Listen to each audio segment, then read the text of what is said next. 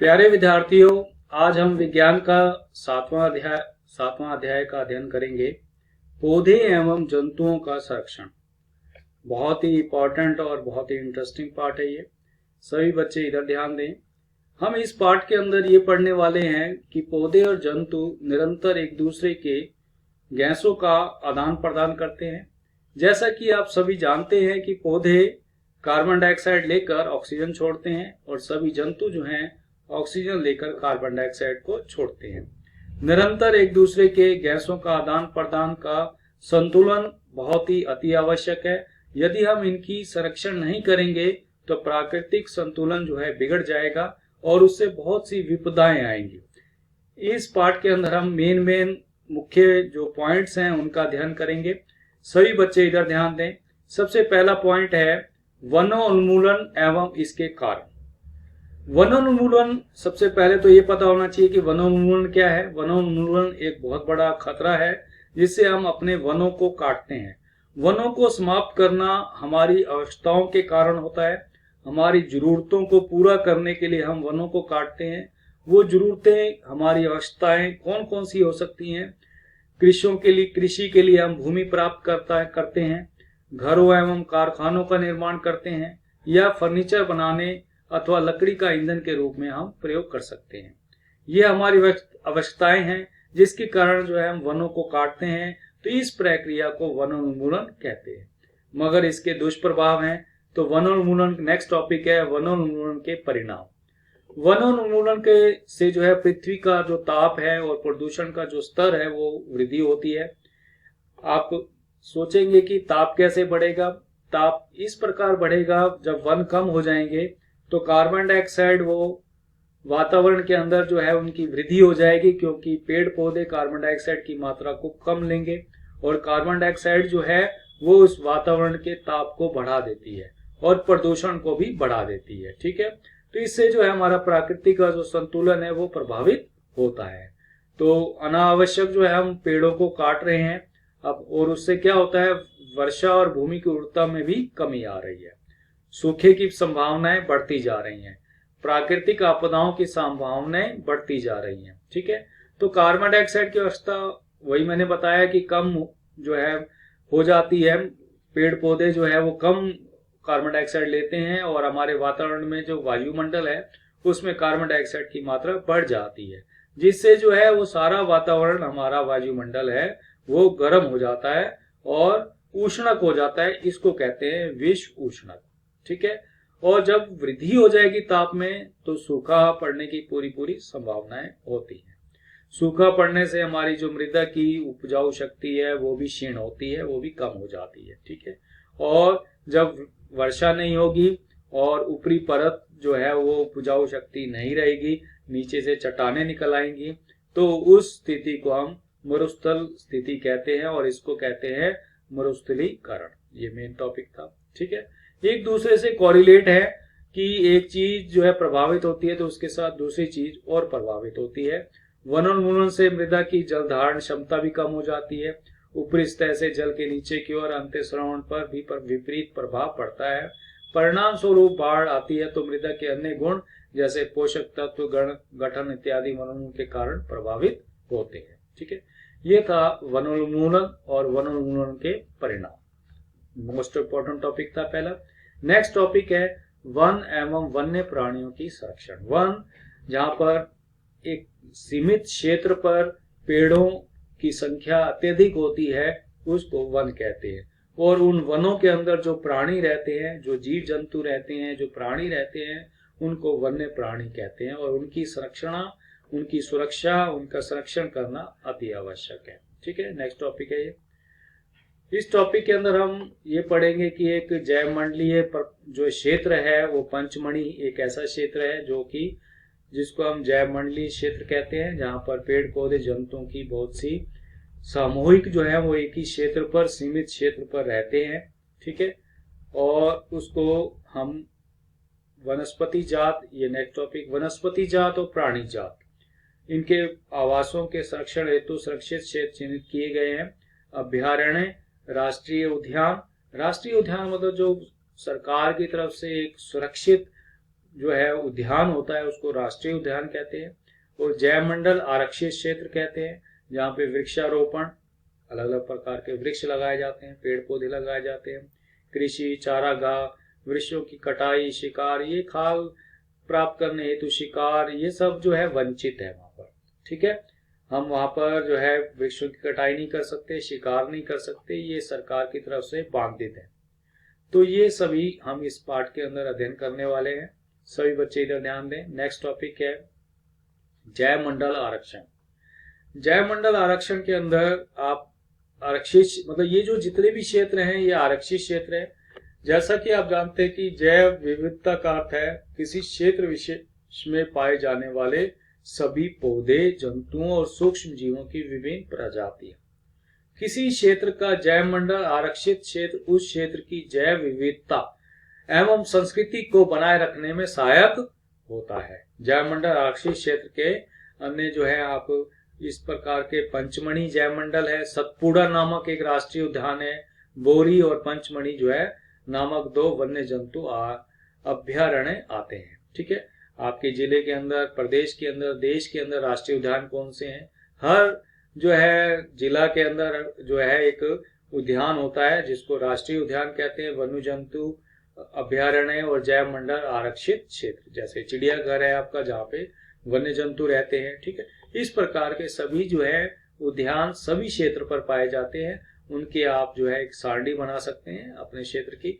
और ये जो है आपके सामने पंचमणि का जो है वो जैव मंडल आरक्षित क्षेत्र है, ये पंचमणि है। और ये जो है आपका ये वाला सतपुड़ा राष्ट्रीय उद्यान है, बहुत बड़ा है ये। ठीक है, बहुत ही अच्छा पिकनिक स्पॉट भी है, यहाँ जो है देखने जाते हैं और विभिन्न प्रकार के यहाँ पर पौधे और जंतु पाए जाते हैं। ठीक है, इसके बाद आता है आपका पेड़ पौधे एवं जीव जंतु। पेड़ पौधे लंबे लंबे सौगान टीक के जो है वहां वृक्ष पाए जाते हैं। वन्य प्राणी को देखकर आप बिल्कुल प्रसन्न हो जाएंगे। ठीक है, तो इसके बाद जो है आप हमें उनके मतलब उनको परेशान नहीं करना चाहिए। जीव जंतु यदि आप जाते हो तो पेड़ पौधों को नुकसान नहीं होना चाहिए। और वनस्पति जात एवं जहाँ मतलब जो पेड़ पौधे होते हैं उस क्षेत्र को तो कहते हैं वनस्पति जात।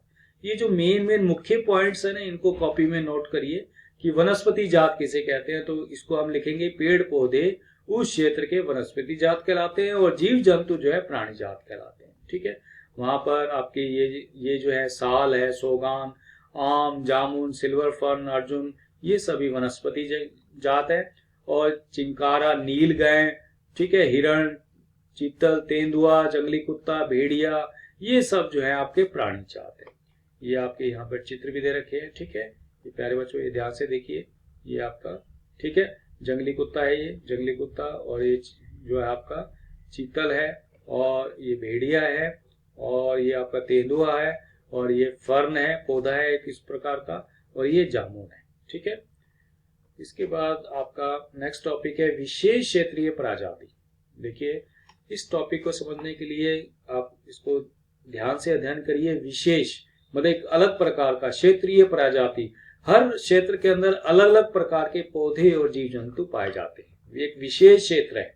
ठीक है, उसी क्षेत्र में ही पाए जाते हैं। जैसे कि आपने यहाँ देखा एक विशालकाय गिलहरी जो है पाई जाती है, और इस गिलहरी की एक लंबी फरदार पूंछ होती है। इसके विषय में जानने के लिए बहुत उत्सुक थे। ये वहां पर पाई जाती है सतपुड़ा जो है आपके उद्यान के अंदर। पौधे जंतु स्पीशीज, इसको स्पीशीज बोलते हैं, किसी विशेष क्षेत्रीय स्पीशीज कहते हैं।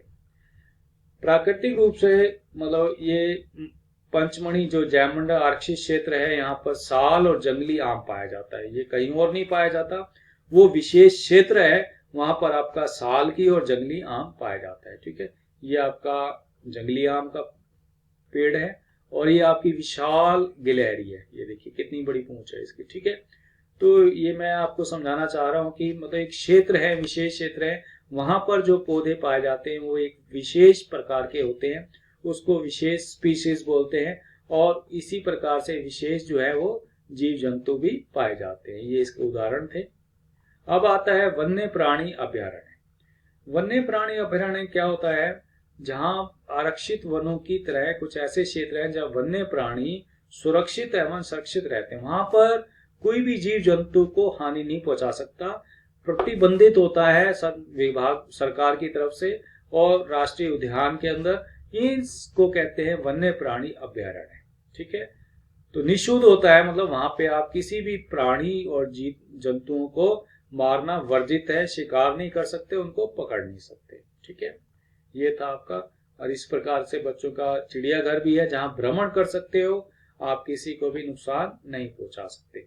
चिड़ियाघर और वन्य प्राणी अभ्यारण्य में क्या अंतर है? ठीक है, चिड़ियाघर तो एक जीव जंतु जो है सुरक्षित पिंजरों के अंदर रखे रहते हैं। वन्य प्राणी जो जहां पर पेड़ और पौधे एक साथ रहते हैं वो वन्य प्राणी कहलाते हैं, अभ्यारण्य। ठीक है, और नेक्स्ट टॉपिक है राष्ट्रीय उद्यान। सड़क के किनारे एक बोर्ड पर लगा था सतपुड़ा राष्ट्रीय उद्यान। ठीक है, राष्ट्रीय उद्यान क्या होता है? पर्यावरण के संपूर्ण संगठनों का संरक्षण करने में पर्याप्त इन्हें राष्ट्रीय उद्यान कहते हैं, जहां पे वनस्पति जात, प्राणी जात, दृश्य भूमि, ऐतिहासिक वस्तुओं का संरक्षण होता है। वहां पर ऐतिहासिक जो वस्तुएं होती हैं वहां पर एक जो है लाइब्रेरी सी बना देते हैं। ठीक है, वहां पर उनको दिखाया जाता है। और दृश्य भूमि, वहां पे बहुत अच्छी अच्छी कलाएं, चित्रकारी और जो है बहुत से उनको सजाकर जो है उनको दिखाया जाता है, उसको दृश्य भूमि कहते हैं। तो ये था सतपुड़ी राष्ट्रीय उद्यान, भारत का प्रथम जो है ये आरक्षित वन है। सर्वोत्तम किस्म के टीक जो है सागौन इस वन में मिलती है। ठीक है, ये था। और अब ये आपका बाघ है, ये जंगली भैंसा है और ये बारहसिंगा है। ठीक है, ये आपके ये सभी जो है वहां पर पाए जाते हैं। ठीक है, अब इसके बाद नेक्स्ट टॉपिक है आपका बहुत ही इंपॉर्टेंट टॉपिक है प्रवास। प्रवास मतलब एक स्थान से दूसरे स्थान तक हमें वहां पर सतपुड़ा में जब हम गए तो हमने वहां पर देखा कुछ पक्षी, वहां पर नदी के समीप कुछ पक्षी देखे। वो पक्षी वहां के नहीं थे, वो पक्षी कहाँ से आए हैं? वो पक्षी जो है प्रवासी हैं। प्रवासी पक्षी प्रत्येक वर्ष सुदूर क्षेत्र से एक निश्चित समय पर उड़कर आते हैं और वहां यहाँ अंडे देने के लिए आते हैं, क्योंकि उनके मूल आवास में बहुत अधिक शीत के कारण जहां वो रहते हैं वहां पर बहुत ठंड पड़ चुकी है, इसलिए वो लंबी दूरी तय कर कर वहां पर आते हैं और अपने अंडों को वहां पर विकसित करते हैं, देते हैं। उसके बाद जो है वो वापस घर जाते हैं।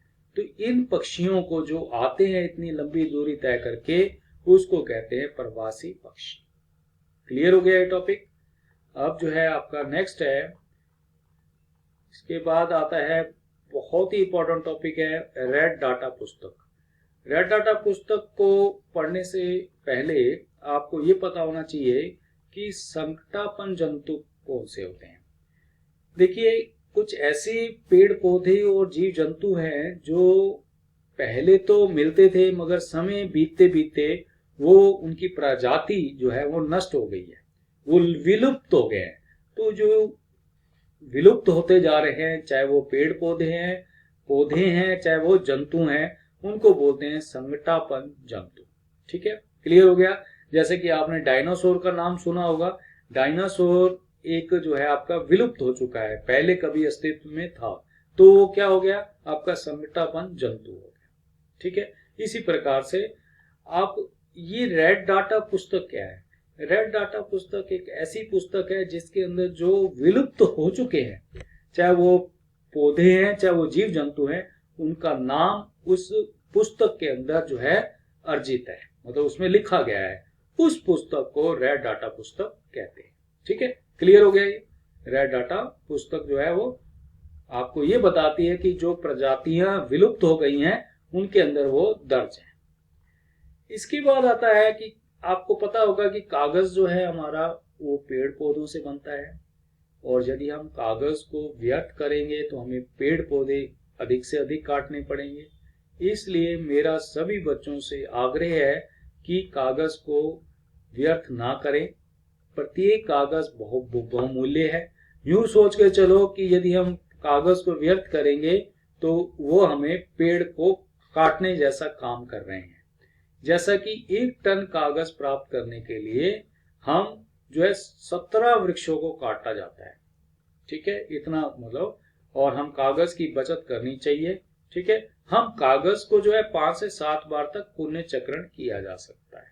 ठीक है, और कोई भी छात्र दिन में मात्र एक कागज की बचत करता है तो हम एक वर्ष में अनेक वृक्ष बचा सकते हैं। हमें कागज की बचत करनी चाहिए, पुण्य उपयोग हम पुण्य चक्रण करना चाहिए। इसके द्वारा हम न केवल वृक्षों को बचाएंगे वरन कागज उत्पादन के उपयोग में आने वाले जल एवं ऊर्जा की भी बचत करेंगे, क्योंकि कागज बनाने के लिए जो है वो जल और ऊर्जा का भी तो उपयोग होता है। तो यदि हम कागज को बचाते हैं तो उनकी भी बचत करते हैं।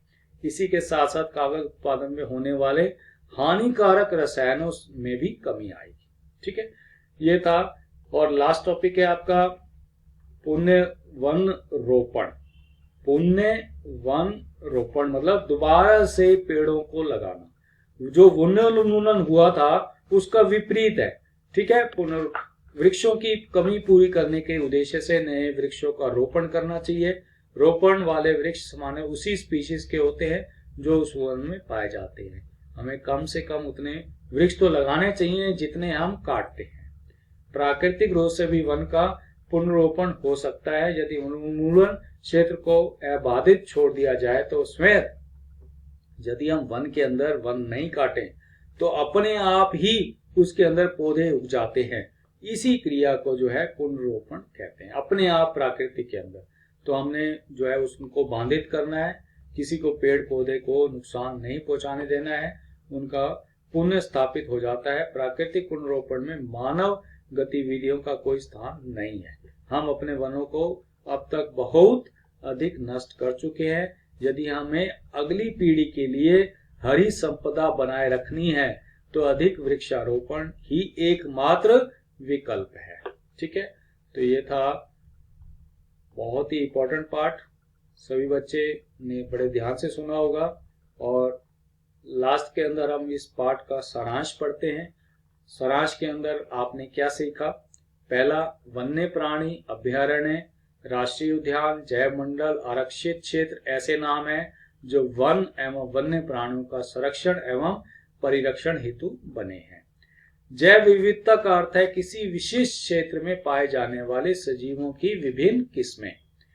किसी क्षेत्र के सभी पौधे एवं जंतु उस क्षेत्र की वनस्पति जात और प्राणी जात से जाने जाते हैं। विशेष क्षेत्रीय स्पीस किसी क्षेत्र विशेष में ही पाई जाती है।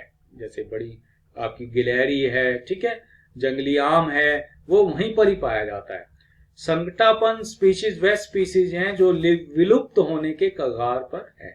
ठीक है, और रेड डाटा पुस्तक में संकटापन स्पीशीज का रिकॉर्ड रहता है। प्रवास वह परिघटना है जिसमें किसी स्पीशीज का अपने आवास से किसी अन्य आवास में हर वर्ष की विशेष अवधि में विशेषकर प्रजनन हेतु चलन होता है। हमें वृक्ष, ऊर्जा और पानी की बचत करने के लिए कागज की बचत, उसका पुण्य उपयोग और पुण्य चक्रण करना चाहिए। वन रोपण नष्ट किए गए वनों को पुनर्स्थापित करने के लिए रोपण करना है। ठीक है, ये था पूरे पाठ का पूरा संक्षिप्त में, ये मेन है आपका। ठीक है, और इसके बाद जो है हम इस पाठ के अभ्यास के प्रश्न उत्तर नेक्स्ट वीडियो के अंदर करेंगे। प्यारे बच्चों, इस वीडियो को बार बार देखिए जिससे आपका ये पाठ जो है अध्ययन अच्छे से समझ में आ जाए, तभी आप जो है इसके अभ्यास के प्रश्न उत्तर कर पाएंगे। मेरे प्रिय विद्यार्थियों, यदि आपको ये वीडियो पसंद आई हो तो लाइक्स, कमेंट्स और शेयर करना ना भूलें। शेयर करते हैं तो और आप जैसे विद्यार्थी इस जो है अध्ययन का लाभ उठा सकते हैं।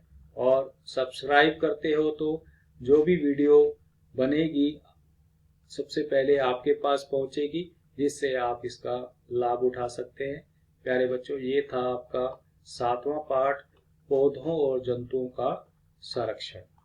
Thank you, good day.